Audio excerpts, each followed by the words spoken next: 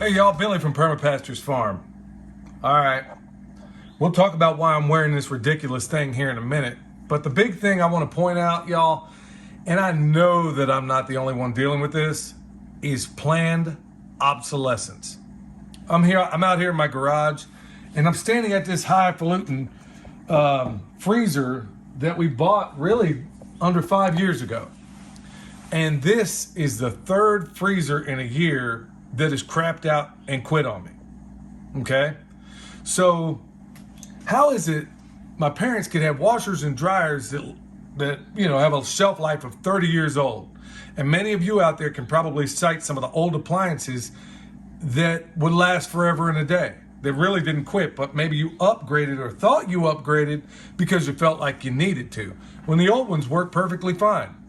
Not only this freezer, this one right here is one that was replaced, and it replaced the one that I'd bought previous to this one. Ain't that right, Milk Boy?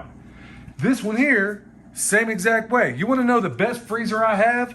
Is this one right here.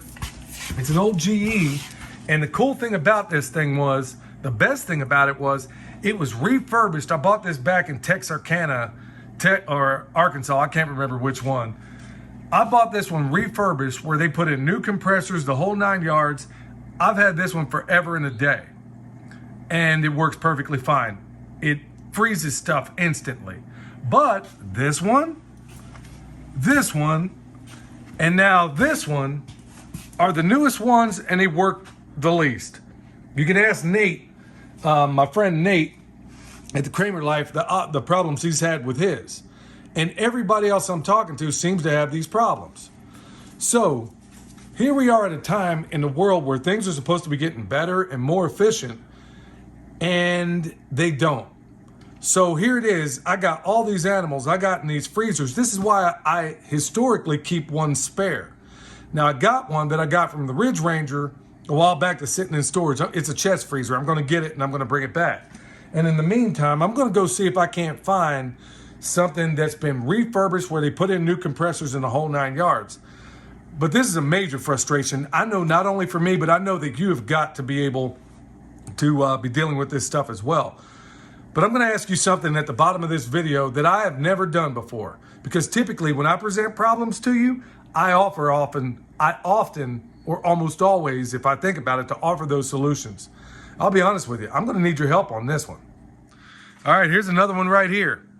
What if I told you there's actual documentaries on it where people have explained how your vehicles, just about every single thing on them in a modern vehicle has been engineered to break at a certain point. Not only is it just planned obsolescence, I brought this truck in three times for the same issue, and they told me something different every time. Over here on this car, this is something that just happened. All these things engineered to break at exactly the same time. So people often wonder why, when I do classes, when I teach something, whether it's how to build a swale, I use an A-frame. How to butcher a pig, I use hand tools. How to prune a tree, I use hand tools. You know why? Because honestly, everything in our society is built to break. We have the technology. In fact, there was an entire documentary on it. We have the technology to have tires that go for almost 200,000 miles. We got the technology to have, a carburetor that runs 100. They had that ever since the 70s, as I understand it. And just about everybody that came up with this technology, miraculously dies. It sure is curious, and I was just watching a little bit of a documentary the other day where a guy came up with a way to run vehicles on water, and mysteriously he dies. There's another guy that came up with a carburetor back in the 60s, a bunch of people that came up with that. They could run 100 miles on one tank. No, 100 miles per gallon, sorry. And mysteriously the patents get bought up or they could die too. Everything about this society is meant for failure and planned obsolescence. Now, I have redundancy, and that's basically what this channel has been about. I know how to feed animals without a whole lot of outside inputs. But when it comes to mechanical things, this is where one of my many failings is I haven't come up with solutions. So I'm asking each and every one of you, if you have solutions to, let's say, a freezer that keeps quitting on you, part of that is, I'll be honest with you, we're freeze drying an enormous amount of meat and things, not only for preparedness reasons, but to get them out of these freezers, because guess what? I got more animals I got to put in there. And frankly, I don't have the space for it. Last time I went looking for freezers, I had to go to the other side of Tennessee to even find somebody that might have some. So these things are getting harder to come by. But I need your help. I mean, a lot of these times I know when it comes to what I know, I offer those solutions. But there's a lot of times, like right now, when you're dealing with planned obsolescence, I mean, what do? Go get a horse and buggy? It may come to that, which is why I promote EMP Shield. I mean, there's other ways in which, and other options in which we can have to fulfill these things. But frankly, I haven't put in the mental bandwidth to figure out how to make that happen. I've had these boots for a couple of years, all right? And I usually get a lot of life out of my boots because I do what I was taught in the Army, where I try to switch them out every single day. So if you can get more than one pair of boots, you let it air out for 24 hours and then put the other ones on, you get the point. But years back, I've always taken the shoestrings out of my boots or whatever, and I replace them with 550 quarter survivor cord, okay? That's what I got in here right now. And I've demonstrated in numerous videos how I use this stuff, how every single piece of anything I wear, I use as a matter of preparedness. I live by that permaculture ethic where there's always more than one purpose to everything, including what I wear. So I've broken it down to even that. But even the shoestrings, for crying out loud, man. I mean, I'm sitting here messing around with these boot strings and there might have been these little eyelets here. It's funny. Can't even get them to last. Look here, busted clean right off. And that's what I'm talking about. So, it's every single aspect of your life. We've got to be figuring out not only redundancy, but also in ways of not getting ripped off. And little things like, coming up with boot laces. And like I said, just look out in the future because we got at least one solution on that.